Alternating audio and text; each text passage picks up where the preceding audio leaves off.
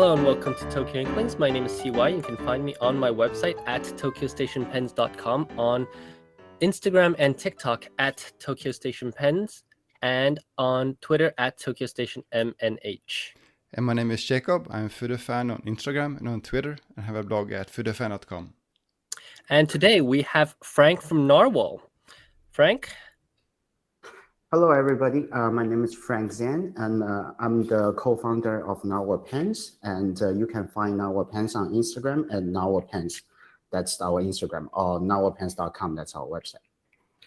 All right. And obviously, this is a very exciting episode for us because I believe this is the first time we've actually gotten somebody who is on the brand side to be on the podcast. So really, thank you so much, Frank, for joining us in this discussion today. No problem at all. I love this podcast. Thank you so much. I watched some of them, but not all of them. Sorry, but it's excellent, and it's very, I would say, descriptive for a lot of people not in Japan. Thank you so much. We obviously, I actually have a Narwhal pen. We obviously discussed Narwhal for quite a few episodes due to the recent, I would call this a drama with TWSBI. But first, I want to really get to know you, Frank. What's your personal story? How did you get into fountain pens? Could you tell us a little bit about, where you started in this industry? I started quite young, and I feel like fountain pen is one of my things, like a family story. So everybody in my family has a Parker 51, from my grandfather, then my father, then father gave it to me. Then I kind of got into not just writing with it, got into this habit of collecting pens. Mm-hmm. And I was starting in high school, like first year high school, say ninth grade.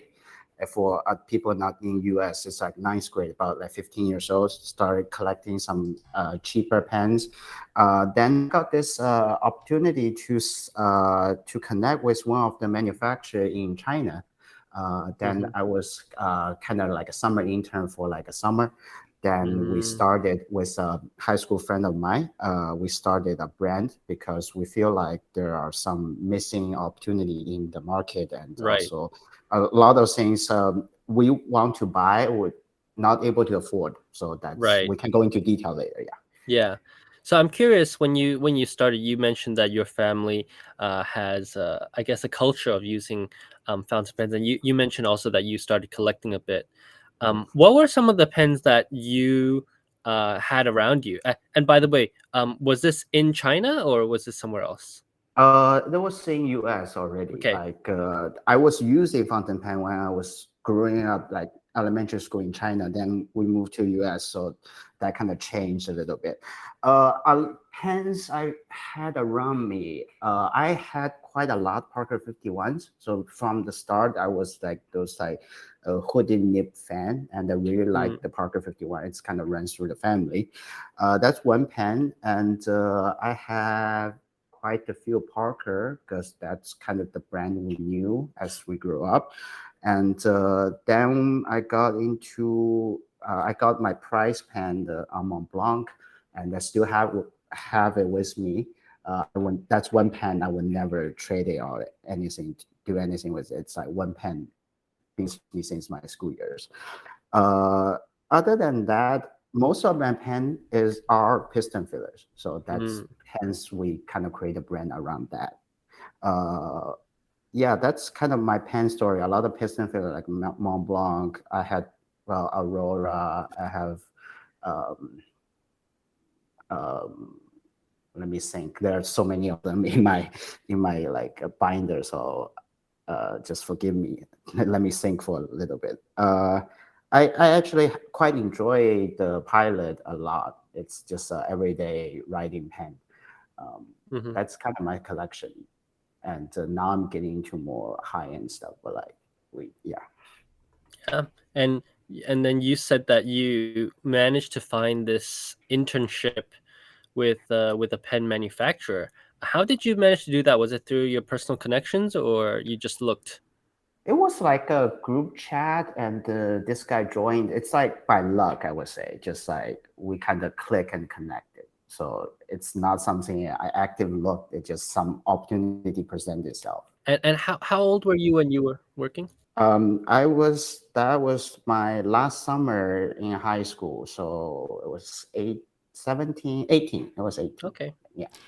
So I think you probably answered one of the biggest questions we had, which is, how you ended up creating a pen company that has more of a, big company style outsourcing approach. Because when you think about a new pen maker today, especially like a US pen maker today, the image in my head is the pen turner, right? Someone who buys acrylic rods and creates cartridge converter pens with Jowo nibs, while you guys, if I understand correctly, have this outsourcing to an OEM manufacturer, which to me sounds like a much more difficult approach, in that you need to negotiate contracts, you may have to designs going back and forth, miscommunication, and there might be upfront costs. So the reason why you were able to outsource manufacturing was because of this connection that you're talking about, this internship. Is that correct? Yes, you're correct, Jacob. So it was kind of like a friend and family. Everybody kind of encouraged, including the like them, my boss, now my supplier. Encouraged everybody, kind of encouraged me, then give me a little money. Also, factory gave us a little like longer credit line, so they produce before we need to pay and everything. Just push us more into like making this brand. Yes, and the reason, I guess, you mentioned in the chat on Instagram was that you kind of want to ask about like process and nib story. Yeah, we like those pen turners, and I'm actually quite friends with some of them in US here. But in my mind, we want to offer something unique. But people are saying we have some nib quality issue. That's true, but like we want to try to offer something actually unique, not generic. That was the goal. So that's why we decided, okay, we need to go with our known nib, and also we have more control on the design of the nib and everything. That's the reason we went that way instead of just like purchasing nibs and assemble them. Yeah. Yeah, so we'll get into the nibs in just a little bit, but you've started Narwhal, right? You've started Narwhal. You have the brand now, and you come out with this pen, which is the Narwhal Original. Yes. Can you talk us a little bit about the design process, as you were saying you wanted to do something unique? Everything started with like me and my friend Samuel. He's the designer. I'm more like the salesman. So I'm telling a bit of his story here. So I always use fountain pen in school, and he likes it, but he always tell me these looks ugly, because normally I use like a black and not very attractive color. And the other thing we find out is like, for me, I'm not like I don't want to be negative about Japanese brand, but they tend to have a small ink cartridge. It doesn't last me even a day sometime in school. So like we were thinking, it's like this not gonna work for anyone in school, and people are not really young people won't really attract to like just a plain black pen, especially in US. I can't speak for other countries. But that's the case. So that's why we put basically two things together: a piston filler you can fill with a lot of ink, and it can last you almost a week. And also some color. We launched with 4 colors: a blue, a purple, yellow, and green. And at the affordable price level. That was 45 US back then, 3 years ago. So your initial pens, this original model, was kind of a affordable pen for students, sort of in the, let's call it like TWSBI Echo to Pen BBS tier, sort of, right? And since then, now you seem to have moved more and more up to the high end of the spectrum. It's more of a, like, if I think about the Voyage and Nautilus, it's more sort of up to the Leonardo tier, sort of, in terms of price and in terms of the kind of acrylics and materials so that you can get. was there any like unique challenges as you moved sort of up to those levels? And for example, I'm thinking about how you have this pen in ebonite with a round ink window, which I don't know much about pen manufacturing, to be honest, but I remember reading there was a Taiwanese pen manufacturer that did a one-off piston filler ebonite pen, and they said there were some particular difficulties using ebonite as material. So a round ink window and in an ebonite piston filler sounds to me like a difficult challenge. Yeah, you are correct. Honestly, the story, because we had like basically one model, the original and the school kill, they look about the same and about the same construction for like 2 years. During that 2 years, we were working on this ebonite with the round ink window. Like it took us like a year and a half to perfect, like to make the ink window flush, to carve it without cracking the barrel and everything. Yeah, that took quite a while. And I would say, yes, I accept the criticism on Reddit and other places are saying we are like now we're maybe moving away from its original like goal to make affordable. But I have to say, for that pen, ebonite pen, or like a Jonathan Brooks material, we are still offered the product at the most competitive price if you compare it horizontally. Well, I think on the terms of pricing, and I sell a lot of fountain pens too. Not as much as you guys, but I sell some fountain pens in my spare time, and the material cost has just been increasing and increasing. I don't even want to talk about gold first, but just even shipping has increased, right? Like plastic Everything. has increased. Everything has increased. So when you say, hey, we want an affordable pen, like maybe the $20, if you offer that at the same prices that you could back before COVID, you lose a lot of money and maybe you don't exist, right? Yeah, and we have a way to like operate, because one thing is we are just a wholesaler, and we need to leave some margin for the retailer network we have and everything and shipping. Yeah, but we are talking about prices. We experienced some supply chain disruption and shipping issues the past 2 months. And in next month, hopefully, we are going to offer a few new products in that $40 to $60 US dollar price point to like recapture, I would say, the market we're missing right now. Yeah. So before we leave like the early days of the origin story, when I did a bit of research, I came across this name Commoc, COMMOC, and it seemed as if there was some activity around 2019, and then it sort of died out, maybe around the time when Narwhal was launched. So was this like the predecessor to Narwhal? That was a company before we like did Narwhal, and it's also our company right now we use in Asia area to distribute Narwhal. It's just like another company we have. I would say it's becoming more like a storefront in China instead of like a brand. Yeah. Oh, and we also carry other products. Sorry, I cut you off. Yeah. So it's sort of tangentially related to that. So you mentioned now that you have like storefront in China and so on. I naively thought that Narwhal was mostly focused on US and maybe to a lesser extent European markets. So what has been the most difficult markets to get into, and what markets have been so far been like impenetrable for Narwhal? I would say Japan.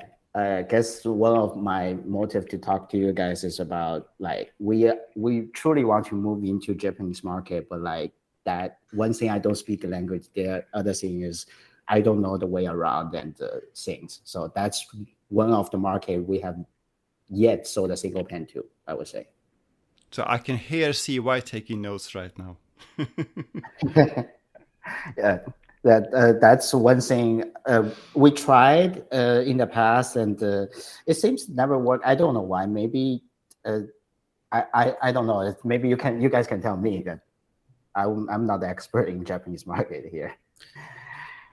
Yeah, Japan is it's always a difficult market because I I wouldn't I really don't like it when people say, "Oh, Japan is a unique market, Japan this, Japan that," Yeah, because every market is a unique market, right? So yeah, the thing that's different about Japan is that they have certain ways of doing things that require extra resources that a company may or may not want to devote. yeah. Coming to market in Japan, I mean, it can be easy or it can be hard. You can hire a company to do the distribution for you, which will jack up your cost by 2 or 3 or 4 times. Or you can try to do it yourself, which takes 10 years. I kind of agree with you more. We kind of started same process with China, but we speak a language, so it's a little bit easier. I would say if I speak Japanese, maybe that makes things easier. But uh, yeah, that's the reality we're seeing. Yeah. And Japan, a lot of times they don't want your business. Yeah, that's another thing. Yeah. I agree with you, and a lot of times, same here. Like I normally I talk to like because sometimes I in China we get those Japanese exclusive like vanishing point or something. Someone will buy in the store and ship to China, and in US some people will ask me, "Can you get it?" Because they think I have an Asian face and I can get it. Sometimes I do get them. They're always complaining the Japanese won't do those things for the American retailers like pilot will do a special color or anything. So it's a culture thing, I would say, probably. One thing I'm curious about is how important, how big would you say that the Chinese market is relative to US? Because what we see here is that in Japan, some of the Japanese companies, actually Platinum in particular, Yeah. seems to have basically no social media strategy whatsoever in Japan. They don't seem to do much, but in China they seem to have this like a rock star team of social media experts, and they do all kinds of exclusives, and they seem to put a lot of effort into the Chinese market. So is this comparatively a huge market? We do a decent amount, not a lot. China's for I would say the product we're offering right now are not that attractive to the users. It's a different market.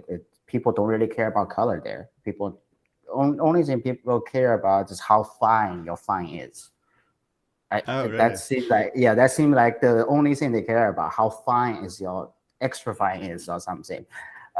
So it's like I would say 1 to 10 compared to other places like China's one, rest of the world's 10 or maybe more. So Oh, it's not really? a big, yeah, it's not a huge, but we are moving as we do more business and as we company grow bigger, we can actually start doing some experimenting on how like the special fine meal for everybody and something like that. But that's it's still in the works.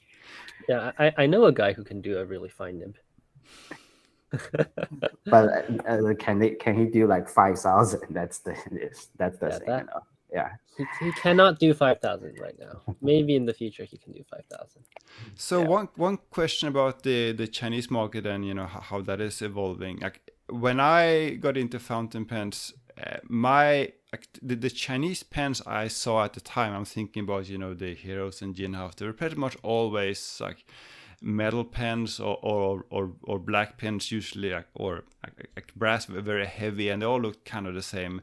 Nowadays, for the last, I don't know, 5 years or so, you've seen a lot of more colorful pens, a lot of more quote unquote like Western looking pens from China. Are those like Chinese pen makers going for the Western market, or is this a sign of what the Chinese consumer is starting to look for as well? Chinese customer are changing a little bit, not that dramatically changing from the black pen to like the resin, like handmade, these kind of like seam kind of pen. But like uh, most of them, I would say, I'm not like totally expert in Chinese fountain pen market, Mm. but like I would say most of them are target like for Western consumers. So they sell Alibaba or Etsy or whatever. Like that's normally like they export the product instead of Mm. just sell to regular Chinese customer. Yeah. Right. Okay. And I think this will be a topic of discussion later on as well, but I'm personally very curious because not just in pens, but I think in a lot of different aspects. When people say, "Oh, the Chinese this, the Chinese that," China is very big, Yeah, but people think Chinese is like a one person. They it's think, not true. yeah. Yeah. Um, but in terms of like the Chinese manufacturers, you have all of these brands. I believe, however, there's probably only like two or three factories, right? So how large exactly is the Chinese, pen manufacturing scene? Like, is there like competition, or is everything made at the same place? It's a competition between different factories. It's a competition and cooperation, I would say. Like Mm-hmm. I'm because our factory is uh, almost independent from the whole community. So we don't really know much because when we were doing before doing Narwhal, the factories like OEM, they would take business from this and that. Only thing they never took is anything like a copy pen. So like we are kind of disconnected from the whole other Chinese pen community. So there are different factories. There are different actually areas making pens. They make different qualities, and sometimes they cooperate together to make something. I'm not the expert here, so like that's that's all I know, and some Sure. was my guessing. Yeah. But so this is a very sort of good segue into something we want to talk about. So the Narwhal Pens, as well as a ASC Studio, some Moonman pens, and some Tianzi. I'm probably messing up the pronunciation. Sorry. They have exactly the same housing. Does that mean that there's like one factory making these housings and selling to whoever wants, or is this like what is the reason why the housing is the same basically? Housing is like basically it's not something everybody will make. Mm. So and wherever it's from what I understand, I'm not a total pen engineer here, but from what I understand is like I develop and good flowing feed and housing takes like money and talent, especially talent to develop. So once you have something, it's hard to move away from. So that's why everybody is using the same thing.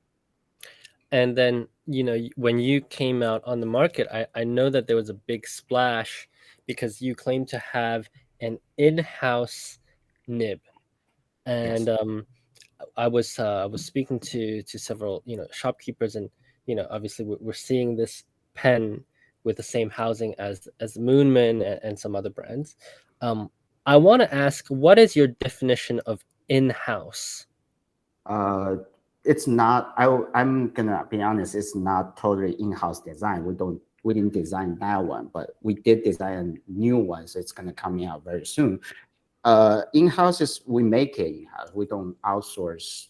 Like we injection mold it in-house. We don't outsource it. That's my definition of it.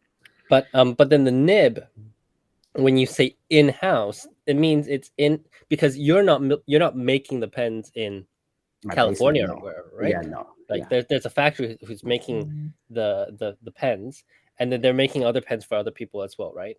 Does in-house mean that this factory makes the nibs? So my question is, how much of the nib is Narwhal, the brand, and then how much of the nib is specified by the factory? Uh, I would say right now, current design, the entire thing is ours. Even how you do the polishing on the tipping, it's our design. A factory is executing based on what we tell them to do. Okay. Yeah. But then the shape of the nib itself, right? And I've Yeah. checked, and I have some comparisons.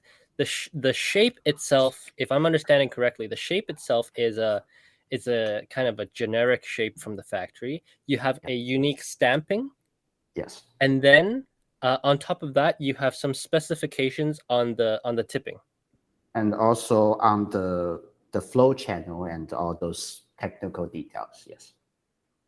Okay, because I have the feeds, and they look the same to me, but can you explain a little bit about what are the specifications that you added? You look the same, but actually it's different. It's like a hairline difference makes a huge difference in the Mm-hmm. flow.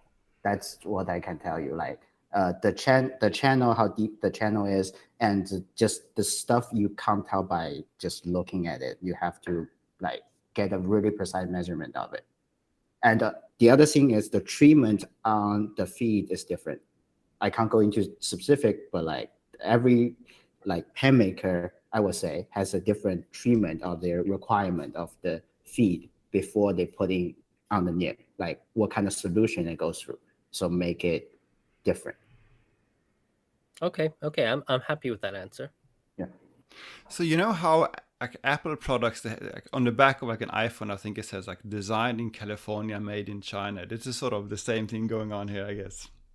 Um, so it was. I want to take this chance to clarify one thing because the California thing was like a move before COVID. Then we were like in California and preparing for warehouse. Then COVID happened, so that never happened. But like that California thing seems like going around in the community. People think we are located in California. We're not.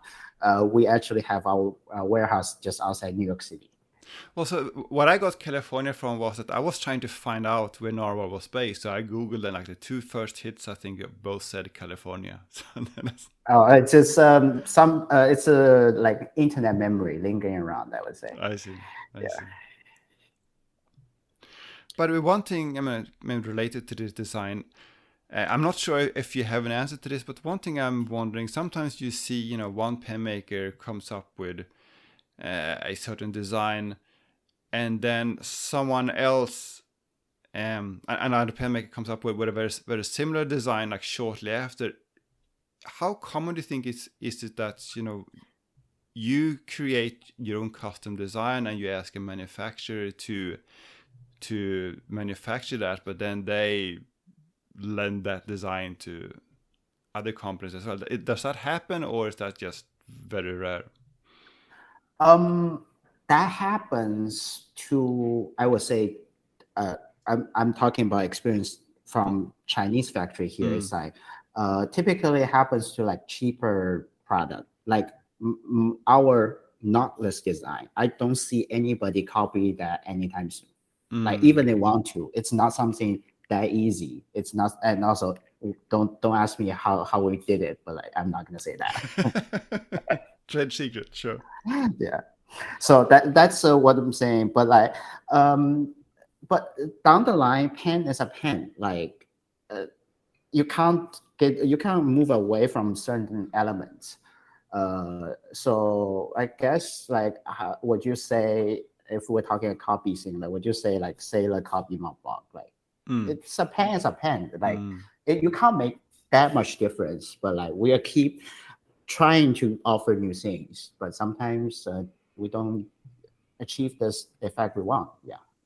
So one example, a concrete example I had in mind is that I remember a few years ago, I think this is London-based company, Namisu, came up with this faceted pen. And then just like 1 or 2 months later, Pen BBS came up with an almost identical looking pen, which I don't know in which order things happen, if they one copied the other, or if they both borrowed existing design, didn't know about each other's. That's always a bit of a mystery to an outsider who doesn't know how things work. I would say everybody have to judge based on their own standard here, and it's like totally up to the consumer whether they want to choose the product or they want to say this is a copy. I don't want this product. But there are coincidences. I would say our knotless and the Pernider cream married that pen. That's a happy coincidence. Like they have a window, but they don't have a real piston filler. It's a little different there. It's not ebonite either. But there are actually blatant copy. Like I would say, Mooman sometimes do that. So consumers, you have to like judge for yourself. It's not something one person can be the judge of everything, right? Okay, makes sense. Yeah. All right, so now we'll get into the real juicy part of this, which is the TWSBI. So before we start, have you did you have any contacts with TWSBI before in the past, No, prior to this? like just flat out no. Like anyone claim otherwise, they are not telling the truth. Never met the person, never met the owner, never like I would say I own one eco. That's all the connection I have with Frisbee. That's it. Okay, and so from what I understand, TWSBI is also an OEM, but I think they were mentioning some people seem to think that they have some parts made in China, maybe in the same factory. Can you confirm or deny this? They have a factory in China, and a lot of I don't know, maybe most of their pen now are made in China, like made in mainland China, if we're Right, being right. political correct here. Yeah. So I don't know. Maybe I'm wrong. Don't quote me on this. Based on my knowledge, is they used to make in Taiwan. Now they moved to China, and their nib is still made by Joel, Yeah, that German factory. Yeah, that's my knowledge. yeah. To my understanding, that is true as well. But I'm under the impression that they actually own the factory that they make their They pens do, in. they do. Yeah. Yes. So given that they own their factory, right? I guess it's impossible for you to, you know, uh, steal their piston design. But I'm curious about one thing, because I think we've established on the podcast Yeah. that there are only several ways to do the piston. Um, Specific to this piston design, what were your inspirations? My inspiration would be the Pelican design.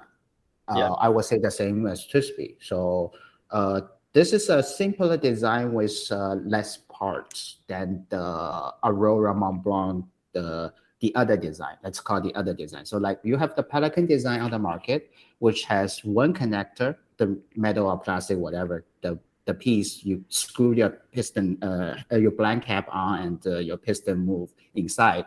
That's one way to do it. The other way is like Mont Blanc, like an Aurora, that actually come apart into two pieces. Both have a slight advantage to each other. Like the Mont Blanc one makes your blank cap smaller and your posting the cap better. For us, it's our Pelican piston. I would say it's simpler to make. That's why we go with the simpler because we have to control the cost. So just to clarify a point here, so if I understand correctly, what you're saying is that Narwhal did not like choose an off-the-shelf piston that was offered by this factory, but instead you designed or at least customized a piston design. Is that correct? We choose something off the shelf from the first batch, and then we design ourselves. We choose from beginning was a black piece of piston, plastic. Then we had some problems. Then we basically redesigned the connector. So right now it's that piece is only us using it, and it's slightly different from everybody, like the way we assemble the pieces. Interesting. Okay, so not all Narwhal pens have the same piston design then. If you purchased from us like 3 years ago, you had the first batch. Then I see. after that, it's all the same. The knotless has a little different. It's the same piece, but it's a little different how we assemble it. So that's one reason for a listener out there who's complaining we didn't put a wrench in the knotless because it's a little different. We didn't put a piece and also more expensive. We don't want. It's not something you have to take apart every day. So we don't really want people to mess with their $200 pen every day. That's the reason. yeah. Yeah. So getting back into the drama, how did you? So we've read the TWSBI announcement online, already. I think you can find it in many different places now. Um, how did you originally find out about TWSBI's displeasure with Narwhal? Did they email you before, or how was the story from your perspective? They never contact us about anything. That's the first response to your question. They never contact us like directly. Second thing is we found out because the day he sent the email, the day before he called people, probably the owner, and so we got calls from our retailers asking us what's going on. We were actually really surprised. So that was how we find out, and of course, someone forward the email to me. It's like, hey, this is the what's going on, and can you do something about it? So that's how we found out. And since then, I don't think there are still no communication from them to like retailer, to us, or to customer. Do you have any theory as to why this is happening now? Uh, I don't know. Like it's we are. I maybe uh Twisby see us as a competitor. Maybe that's the case. That's my best guess here. Or I don't know. Like that's. I'm just guessing what they're thinking here. So you find out with, I guess along with the rest of us, Oh yeah, maybe that 2 days before everybody. Yeah. yeah. Did you receive a copy of this email yourself? No, I'm sorry. I did from one of our distributor. Right. Yeah. Yeah. And so you got the distributor. They emailed you this email. I understand that there were several emails. The first one was the one that declared um that any retailer carrying Twisby could no longer carry Narwhal. Yeah. And then there was a second email with the specifications of the photos. Is that And correct? I always thought it was the same email, but like if you say Okay. so, maybe it's the same. That's the case. I don't know. Like, Right. but I've seen both. If Okay. actually too, yeah. Okay. And I haven't actually seen the email myself, but from what I understand, the the pictures that they provide and the measurements that they provide actually show a small difference between Twisby and Narwhal pistons. Is that true? That is true because if my memory serves me right, they took apart an Eco and one of our original pen like that. So the Eco, and after I saw the email, I took apart my Eco too and compare. So our piston connector is a little longer than Yes. his, and it's metal. Actually, it has two pieces: one metal part, one plastic part inside. So Yep. his is one part. That's one thing. Second thing is I try to see if my blind cap will go on his or his will go on mine. I find out one way works, the other way doesn't, but Yep. I can't remember which way. And also the piston head, one goes inside the other and the other doesn't. And if you put it together, it will go inside the Eco will go inside Narwhal, but Narwhal won't go inside Eco. If Yep. my memory serves me right, I'm sorry, it's been like 2 months. I don't really remember. Then I did a Pelican, which Pelican will go inside Eco in some parts doesn't. So it Yep. shows difference. And also, it was you did a video on like that, I right? did. So yeah, you did all those things, and we really appreciate just like for people to see and from a technical perspective, like this is what's going on. Kind of nobody copied, no one like there. Yeah. Yeah, that's interesting. So their photos show that it was different. You did a test that showed that it was different. I think you had the same results that I had, obviously, right? Because they're Yeah. the same parts. Um, but your reactions from the retailers, could you describe a bit about, what the retailers were saying to you? Were they worried? Were they confused? What was going on behind the scenes? I would say start with confusion because everybody, including me, because I'm in the business, but like not really. It's a hobby too. So we will always see this as a pen community. It's not in a community. You don't do this to your neighbors. That's what I saw. Like this kind of thing will never happen. If it actually transpass your right, you go to the legal channel. You don't do this.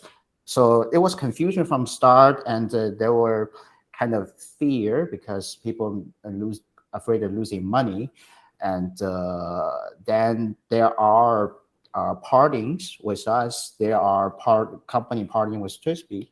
So that's so far how it developed. And I know that I was speaking to Jake about this yesterday, but I believe, Pen Chalet has decided to stop carrying Yeah, Twisby, yeah. whereas I think Cult Pens has decided to stop carrying you guys. Yeah. Um, could you talk a little bit about the divide between, the retailers that continue to stock you and then the retailers that decide to drop you? I would say we really appreciate all the people who decide to keep carrying Narwhal, not dropping Twisby, but like dropping, to Twisby stop supplying to them. It's the Twisby decision, but like I appreciate people who kind of, I would say, have the integrity to stick with, I would say, what's right. And I understand the people who part with Narwhal because I would say we are a 3-year-old company. They are like a 10 or like 12-year-old company. They do have much bigger market power than us. So I understand both, and we do appreciate people who stick with us. So related to that, how has this drama impacted Narwhal so far? I would say so far, not really, because we had our factory is in Shanghai, if you see the news. So for the past 2 months, we have nothing coming in. So even we didn't have the drama, it will still be like this for the 2 months. But right now we are back to work. The factory is back to work, and we will see how that impact the sales and the future. But we are actively trying to work out the problem with Twisby. We are not in direct conversation, but through our legal representatives, our counsel. So hopefully by next week, and we will have some sort of solution for everybody. So a more subtle point related to that, if I remember correctly, in this email, Twisby mentions Narwhal and Moonman in the same breath. Now, CY and I are big fans of Moonman T1 in particular. We've talked a lot about how we like certain Moonman models, but we know that Moonman is a bit of a controversial brand because some of their pens arguably look very similar to existing models, and some people in the pen community don't like Moonman for that reason. So my question is, has that association, has that had any negative effect? Have people asked, about that?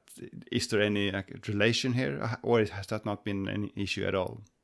I would say not really, because ever since our launch with the Ebernet Nautilus, we are so much different from what Moonman's doing, and also we hardly ever have like transparent demonstrator pen. We do have one model, but like that's only thing similar to what they're doing, and we don't have metal pens. We don't have any of those things.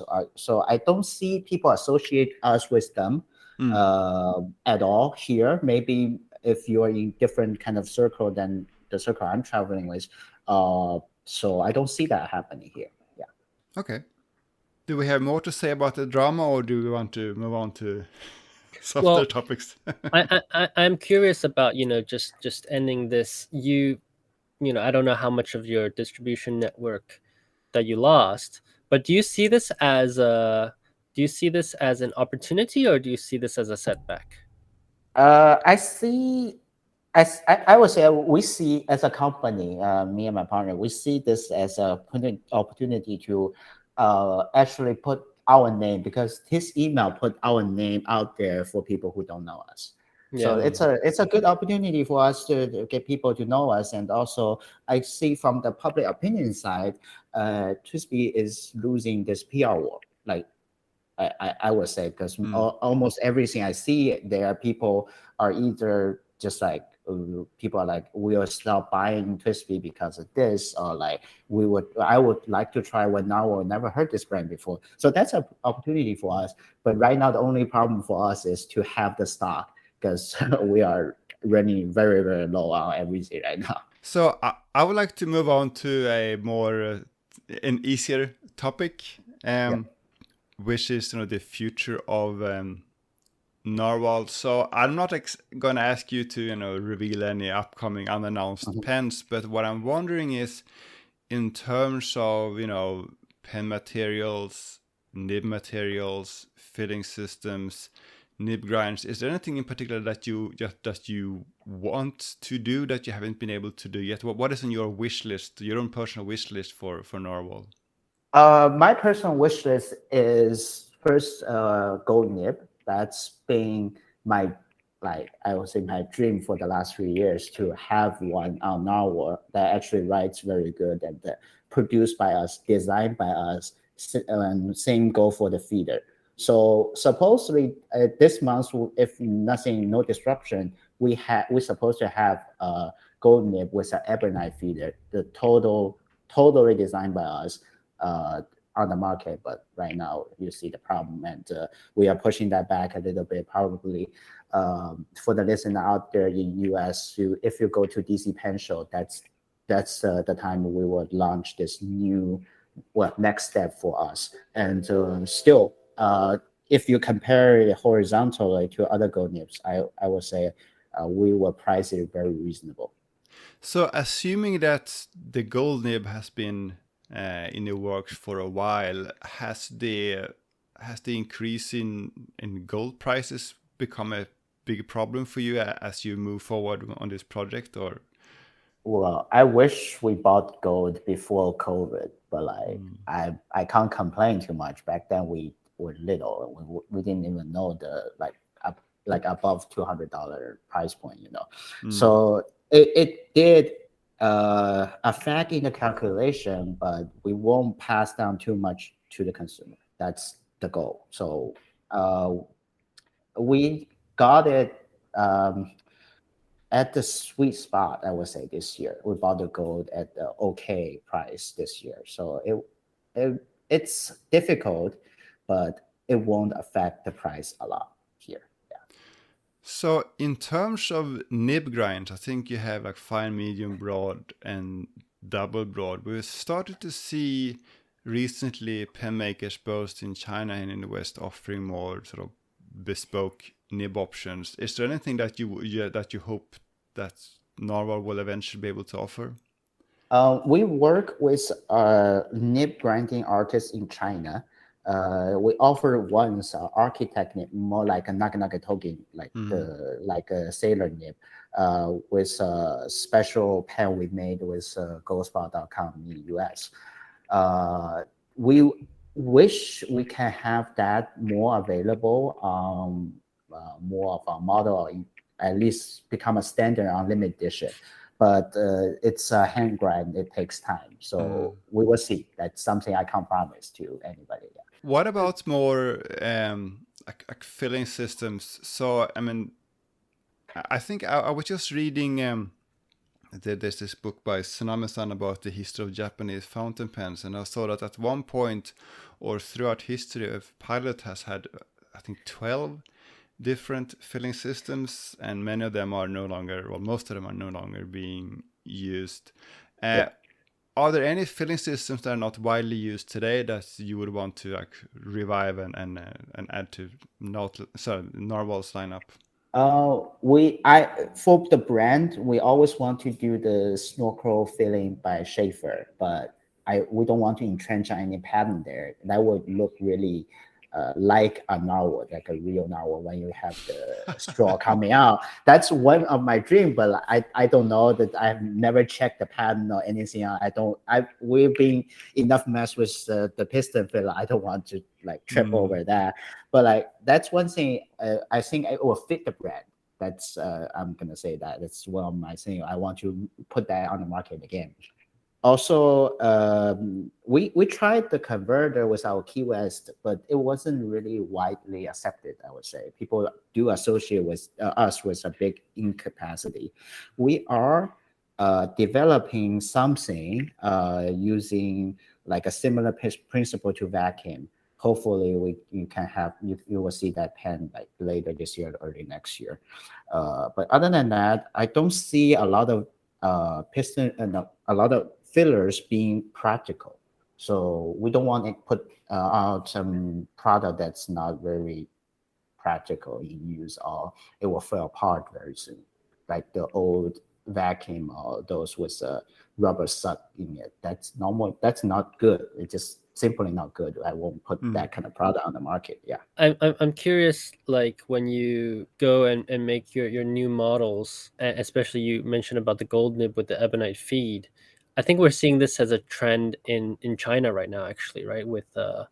Um with I think Delike, were they the ones doing the gold nib with the slash the flash slit? Are your manufacturers the same people who are currently making your nibs, or you're gonna find new manufacturers to do that?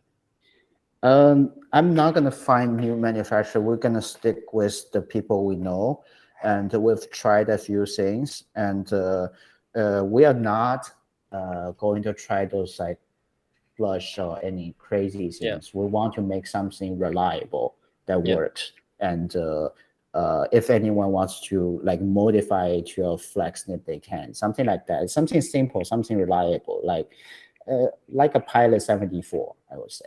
Okay. Um.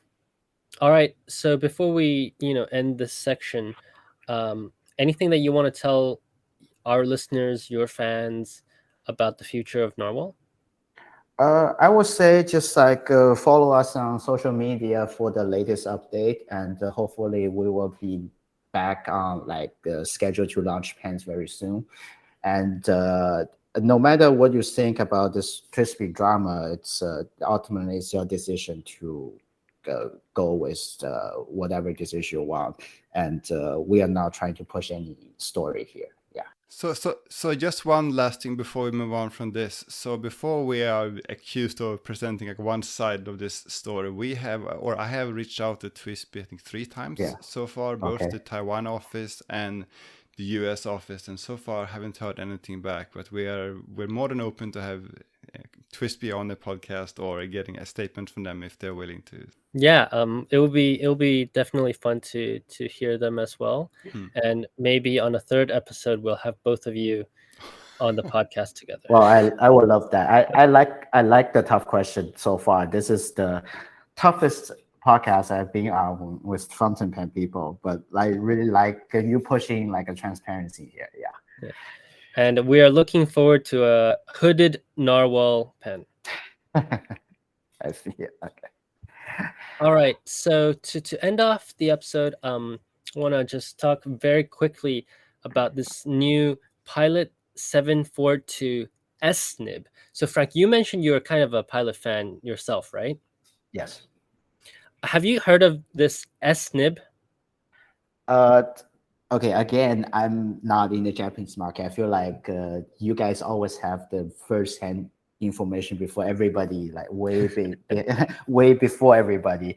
No, I haven't. Do you care to explain what it is? I might give you some insight on nib making. Yeah. So Jacob, I'll pass it. I'll pass it to you because you actually owned an S nib. I think last year, right? And I had it in my hand as well.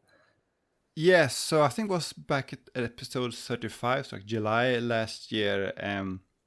I found a Pilot, must have been Super 200 on Mercari with a signature nib, and I wasn't quite sure at the time what it was. So I went to Itoya, and there was this Pilot pen doctor event at Itoya, and I showed it. I think I showed it, or I asked him about the nib, and he said that back in the day, you had posting, which was like an EF. You had script, which was like an F. Manifold was like an M, and signature was like the B to BB2 course. That was sort of the lineup at the time, as he explained it.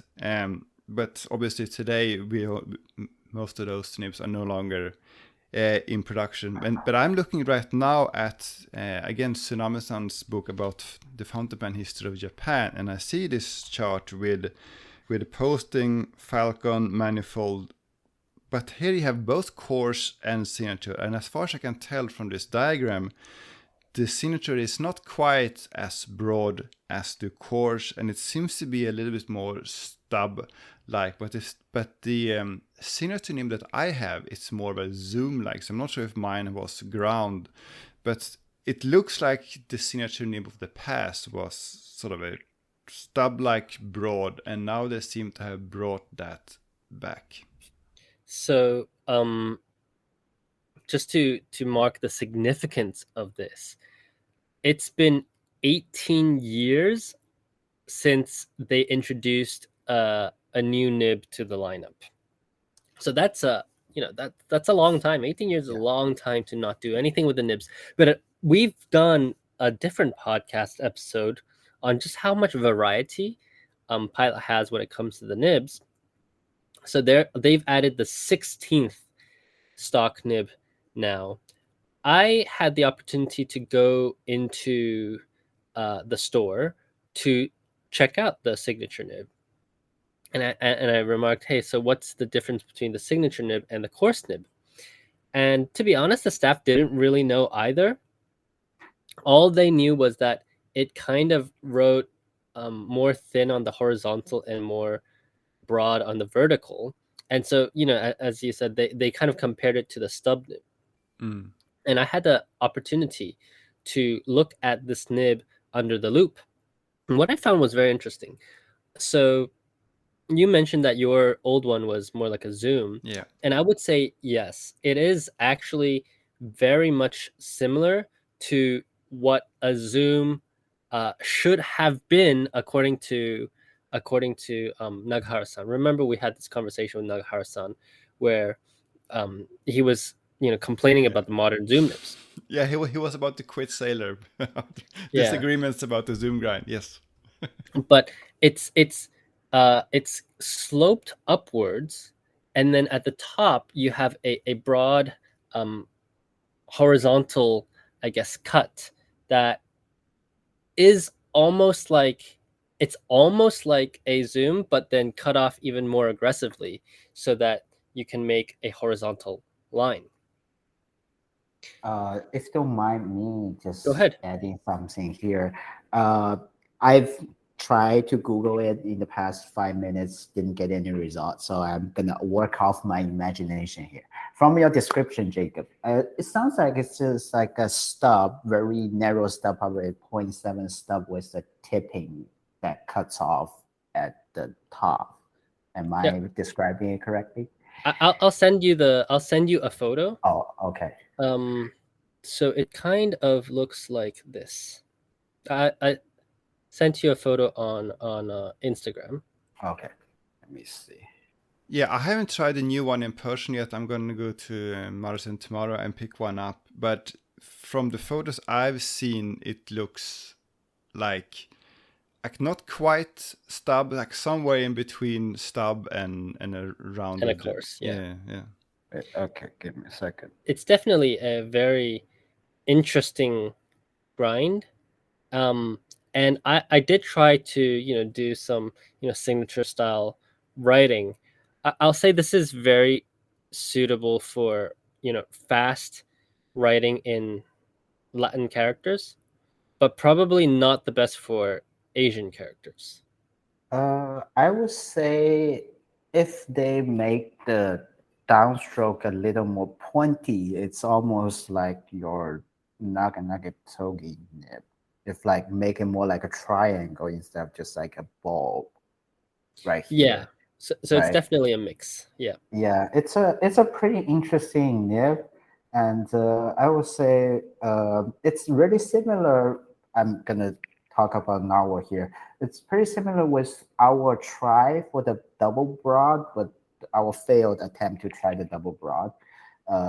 It's not the double broad we offer at the market right now, but we had something very similar to it, and it does offer a little bit variation, and it doesn't give you the stub, no tipping stub, the cut paper feeling. Yeah.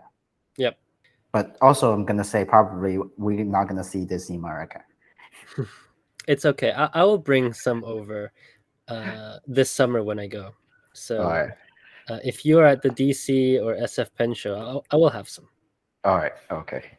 I wonder if they're going to offer the Neo Classic with this nib option, because we talked just last episode about how they said we're gonna restock or reintroduce the Neo Classic at the end of the year with all 15 nib options, and 1 week later, ta-da, we have a 16th nib option now.